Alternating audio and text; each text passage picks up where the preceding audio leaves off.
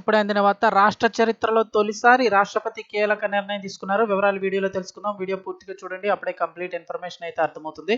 అలాగే చాలా మంది వీడియోస్ చూస్తున్నారు కానీ సబ్స్క్రైబ్ చేసుకోవడం లేదు ఫ్రెండ్స్. దయచేసి సబ్స్క్రైబ్ చేసుకోండి.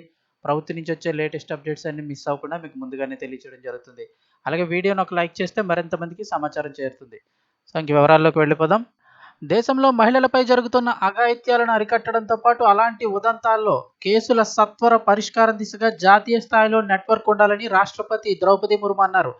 నల్సార్ యూనివర్సిటీ అనేక రంగాల్లో ముందంజ వేసిందని, ఈ నేపథ్యంలో తన పూర్వ విద్యార్థులతో పాటు దేశవ్యాప్తంగా ఉన్న మహిళా న్యాయవాదులు, న్యాయ విద్యార్థులతో నెట్వర్క్ ఏర్పాటుకు కృషి చేయాలని సూచించారు.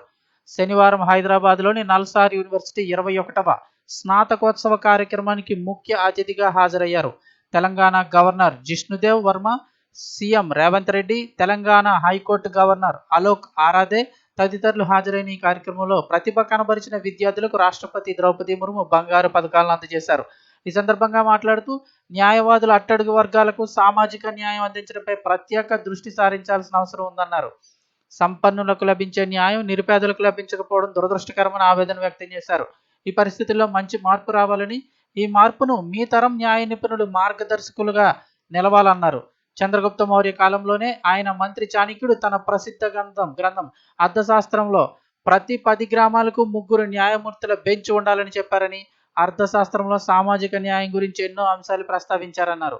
కేసుల పరిష్కారం అయ్యే వరకు జడ్జిలు, పిటిషనర్ల మధ్య ఎలాంటి ప్రైవేటు సంభాషణలు ఉండకూడదని చెప్పారన్నారు. మన దేశంలో న్యాయ సాంప్రదాయాలు ఎంతో ఉన్నతమైనవని, న్యాయం కోసం మహాత్ముడు పోరాటం చేశారన్నారు. పేద రైతులకు ఇండిగో వ్యాపారుల నుంచి జరుగుతున్న అన్యాయాన్ని వ్యతిరేకిస్తూ చంపారన్ ఉద్యమాన్ని చేపట్టారని గుర్తు చేశారు. నల్సార్ విశ్వవిద్యాలయం కృత్రిమ మేధ అంటే ఏఐను ఒక అధ్యయనాంశంగా గుర్తించి ఈ రంగంపై దృష్టి సారించడం సంతోషదాయకమని ఆవిడన్నారు. ఇక్కడ జంతు న్యాయ కేంద్రం ఏర్పాటు తనకెంతో సంతోషం కలిగించిందని, దాదాపు 2 దశాబ్దాల కిందట నేను ఒడిశా మత్స్య జంతు వనరుల అభివృద్ధి శాఖ మంత్రిగా పనిచేసిన రోజులు నాకు గుర్తుకొస్తున్నాయని అన్నారు.